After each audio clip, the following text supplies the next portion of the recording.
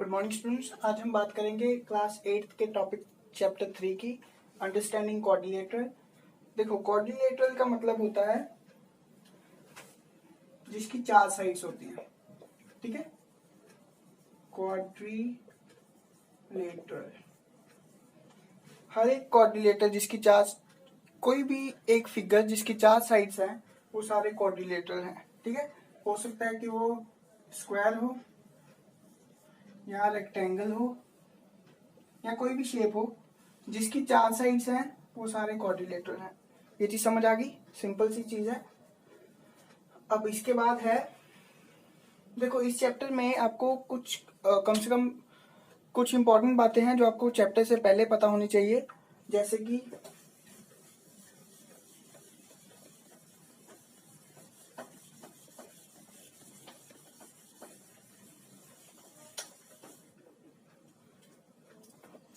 कुछ इंपॉर्टेंट बातें हैं, जैसे अगर कोई भी फिगर है, कोई भी ट्रायंगल है, उसका एक एक्सटीरियर एंगल है। एक्सटीरियर एंगल समझते हो? ये वाला एक्सटीरियर एंगल मतलब जो उस ट्रायंगल के बाहर है, कोई एंगल, कोई भी एंगल उस ट्रायंगल के अगर बाहर है तो उसकी वैल्यू, मान लो यहाँ x है, यहाँ है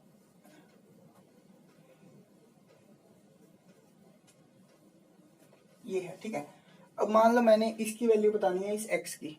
ये आपका फॉर्मूला है टाइप एक, कि एक्सटीरियर एंगल की जो वैल्यू होगी वो होगी एक्सटीरियर एंगल इक्वल्स टू, ये फॉर्मूला आपको इंपॉर्टेंट है तो इसको चाहे लिख भी लो। Exterior angle equals to sum of the two opposite interior angle.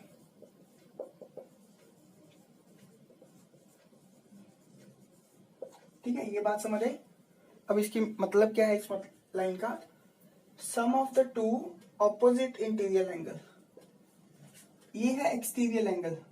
इस ट्रायंगल के बाहर बन रहा है एंगल, तो ये एक्सटीरियर एंगल है, एक्सटीरियर एंगल, ठीक है।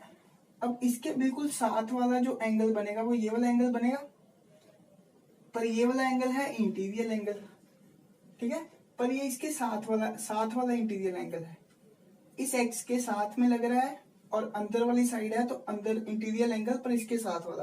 और यहाँ पे क्या बोला है, sum of the two opposite interior angle, मतलब उसके साथ वाले को छोड़ के बाकी दो जो ऑपोजिट हैं उनका जो सम होगा वही इसका वैल्यू होगी, ठीक है। जैसे इसकी वैल्यू है 90, इसकी है 30, तो इसकी एक्स की वैल्यू कितनी आ गई, 90 प्लस 30, 120 आंसर। ये होगी एक्स की वैल्यू। एक चीज तो ये आपको पता होनी चाहिए, ठीक है, ये इंपॉर्टेंट चीज है। मैं आपको ऐसे क्वेश्चंस को सॉल्व करने के सारे तरीके आज बताता हूँ। बहुत सारे तरीकों से इसको सॉल्व कर सकते हैं। एक तो तरीका ये है, आपको ये पता होना चाहिए। दूसरा इसके बाद आता है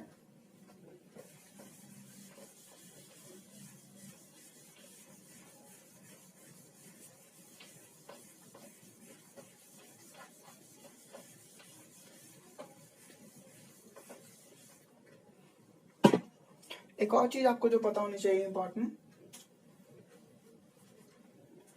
देखो, क्वाड्रिलेटर के क्वेश्चंस को सॉल्व करने के बहुत सारे तरीके हैं, ठीक है। आप कोई भी तरीका अपना सकते हो।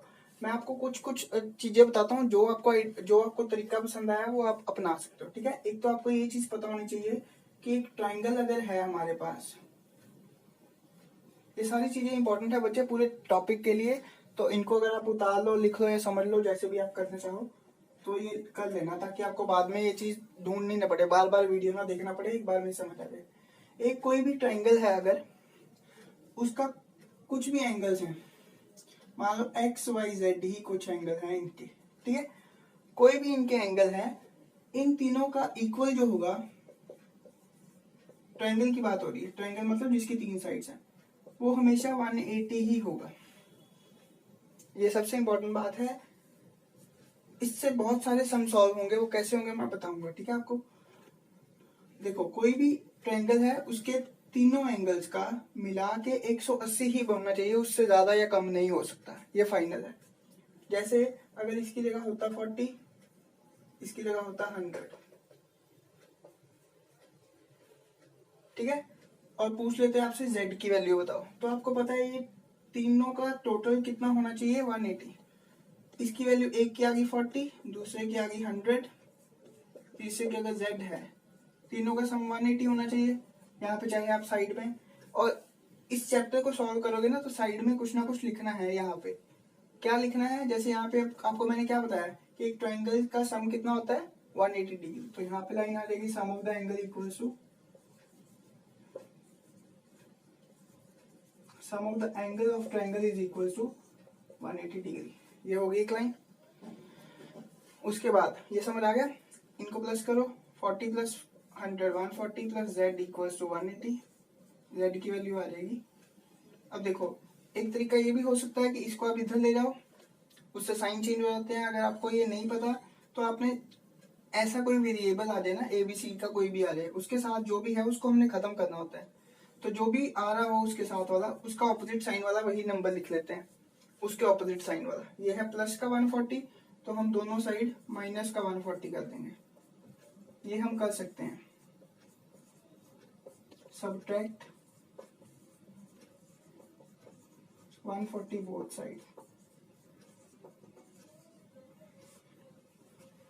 किसी भी इक्वेशन में, इसको इक्वेशन बोलते हैं, किसी भी इक्वेशन में आप कुछ भी प्लस कर सकते हो, कुछ भी माइनस कर सकते हो अपनी मर्जी से। बस जो यहाँ प्लस करोगे वही यहाँ प्लस होगा, जो यहाँ माइनस करोगे वही यहाँ माइनस होगा। ये सेम होना चाहिए। इसका ये नहीं है कि यहाँ पे कुछ भी प्लस कर दिया और यहाँ पे कुछ भी माइनस कर दिया। यहाँ पे देखो 140 था, मुझे यहाँ 140 को खत्म करना था, तो मैंने क्या किया, 140 से माइनस कर दिया। इसको भी, तो मुझे अगर मैंने इसको किया तो मुझे इसको भी करना पड़ेगा। 140 यहाँ माइनस कर दिया, यहाँ 140 माइनस कर दिया और यहाँ लिख दिया subtracted 140 both side. Both side मतलब एक तरफ ये एक तरफ ये। इससे हुआ क्या, ये तो कट गए और z बच गया यहाँ, और यहाँ माइनस हो गया 40। z की वैल्यू कितनी आ गई, 40। ये समझ आया। इस तरीके से बहुत सारे क्वेश्चंस निकलेंगे हमारे। मैं आपको आगे आगे बताऊंगा कि कैसे सारे सम इनके बेस पे ही है, कोई ज्यादा बहुत मुश्किल चैप्टर ये नहीं है। नेक्स्ट करते हैं।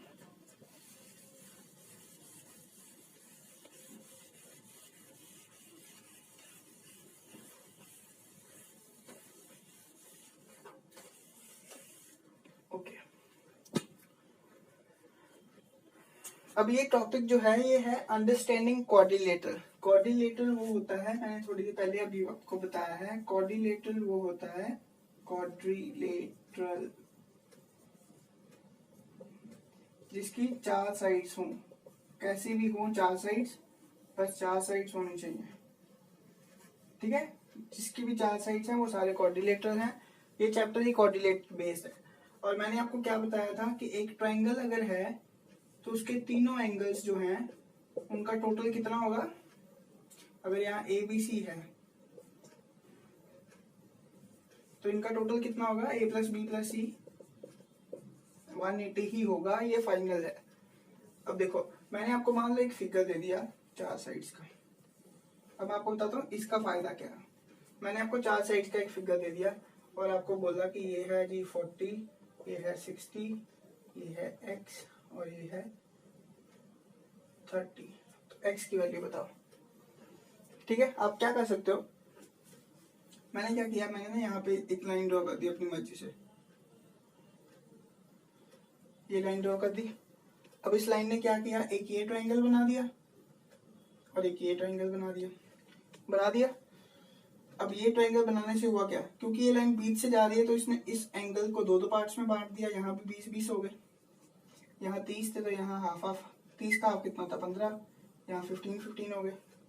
ठीक है, तो मैंने क्या बोला था, इनका टोटल कितना होना चाहिए 180। ट्रायंगल बन रहा है ना, देखो ये ट्रायंगल बन गया, इसका टोटल कितना होता है 180।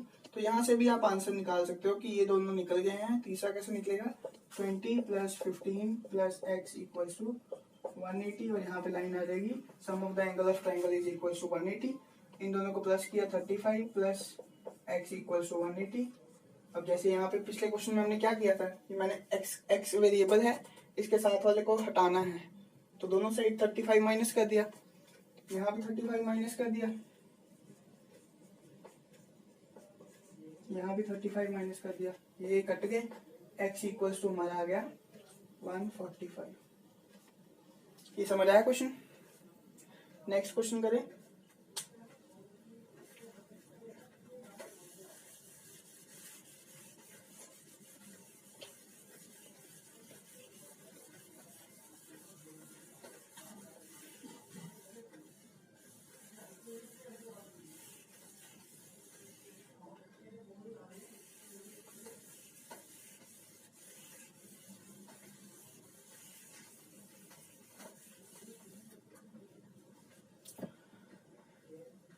अच्छा, नेक्स्ट करते हैं। मान लो मैंने आपको एक दे दिया एक ऐसा क्वाड्रिलेटर। ये क्वाड्रिलेटर है, इसका कुछ ऐसे है, यहाँ कुछ ऐसे है, ये है 40 और ये है x, ये है y, ये है z। देखो इतना आसान होता है ये वाले क्वेश्चन। सिर्फ एक आपको अगर पता हो तो आप सारे ही निकाल सकते हो। कैसे निकाल सकते हैं वो मैं आपको दिखाऊंगा। इससे पहले एक चीज और देख लो। अब हमारे पास एक सिंगल लाइन है ना, एक सिंगल लाइन है, उस पे जितने भी एंगल बन जाएं, कितने भी एंगल हैं, उन सबका टोटल भी 180 ही होना चाहिए, उससे ज्यादा नहीं होगा। और 180 मतलब 180 ही होगा, 179 भी नहीं होगा। मतलब यहाँ से ये 1 2 3 4 5 6 एंगल बन रहे हैं, एक एंगल, दूसरा एंगल, तीसरा, चौथा, पांचवा, इनका टोटल जो होगा वो हमेशा 180 ही होगा। मतलब कहना मैं ये चाहता हूँ कि एक सिंगल लाइन पे अगर कोई एंगल बन रहा है, इसकी वैल्यू 180 होती है। अब इसके बीच में कुछ भी आ जाए, कितने भी एंगल आ जाए, पर इसका टोटल 180 ही होगा। ये मैं क्यों बता रहा हूँ, इसका रीजन है, अभी देखते हैं। देखना, ये बहुत इंपॉर्टेंट चीज है, ये आपको, ये तो चाहे आप अपने दिमाग में छाप लो, ये चीज इतनी इंपॉर्टेंट है। अब इस लाइन का, इसका फायदा क्या है, जो बताया उसका फायदा देखो। ये है 40 और ये एक सीधी लाइन, ये भी ठीक है, एक सीधी लाइन है, ये सीधी लाइन है। इस पे अगर मैं इस एंगल की बात करूं, बन गया। मैंने क्या बोला, एक सीधी लाइन पे एक ऐसे एंगल बनाना है, चाहे उसके बीच में कुछ भी आ रहा है वो फर्क नहीं पड़ता, हमने ऐसे बनाना है। मैंने बना दिया ऐसे। इसकी टोटल वैल्यू कितनी होती है, 180।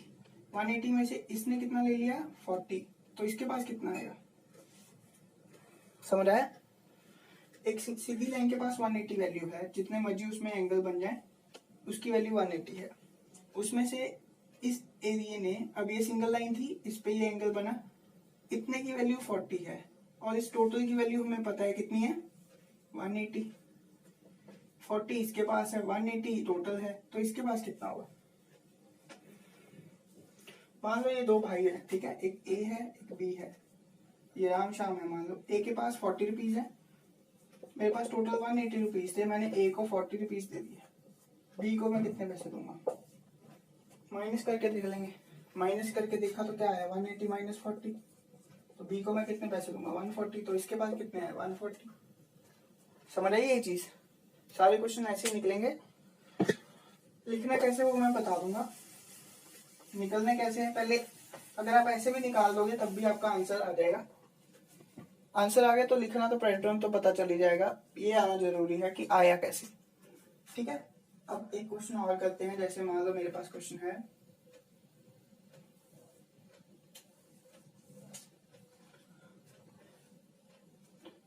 यहाँ पे भी लाइन है और यहाँ पे एंगल है 40, यहाँ पे एंगल है 60, यहाँ पे एंगल है 30, यहाँ पे है x।